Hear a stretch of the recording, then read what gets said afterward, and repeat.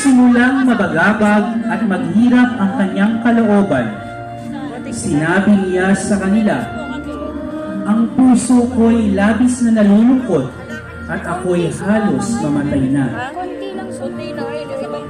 Ang imahe ng pananalangin ni Jesus sa halamanan kasama ang tatlong apostol ay nasa pangangalaga ni Colonel Cesar Morales at pamilya. Ang pananalangin sa halamanan ni Jesus kasama ang anghel. Humiwalay si Jesus at lumayo mula sa tatlong alagad. Lumuhod siya at nananalangin, "Ama, kung nanaisin mo, alisin mo ang sarong ito sa akin. Gayunman, hindi ang aking kalooban, kundi ang kalooban mo ang mangyari." Nagpakita kay Jesus ang isang anghel mula sa langit at pinalakas nito ang kanyang loob. Ang imahe ng pagpapatibay ng anghel sa kalooban ni Jesus ay nasa pangangalaga ni Ginoong Rafael Bautista at pamilya.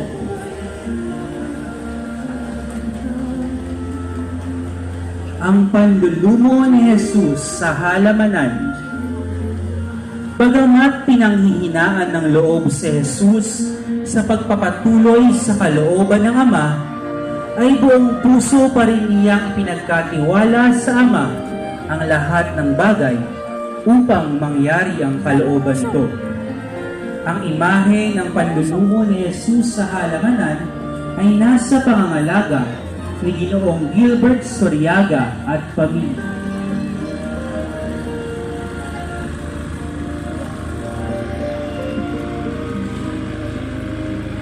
Ang pagtatuwa ni Pedro kay Jesus. Sa pagsunod ni Pedro kay Jesus, may mga taong nakakilala sa kanya. "Hindi ba't isa ka sa mga alagad ng taong iyan?"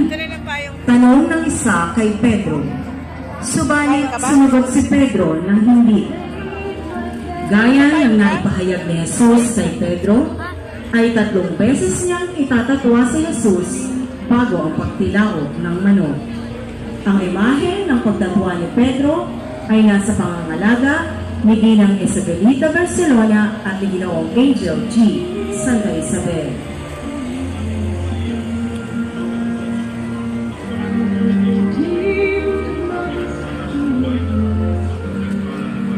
Ang pagpapatanaw ni Pilato kay Jesus. Tinawag ni Pilato ang mga pinunong saserdote, mga pinuno at ang mga tao. Iniharap niya si Jesus sa kanila at sinabi, "Wala akong nakitang anumang kasalanan sa taong ito na ayon sa ipinaparatang ninyo sa kanya."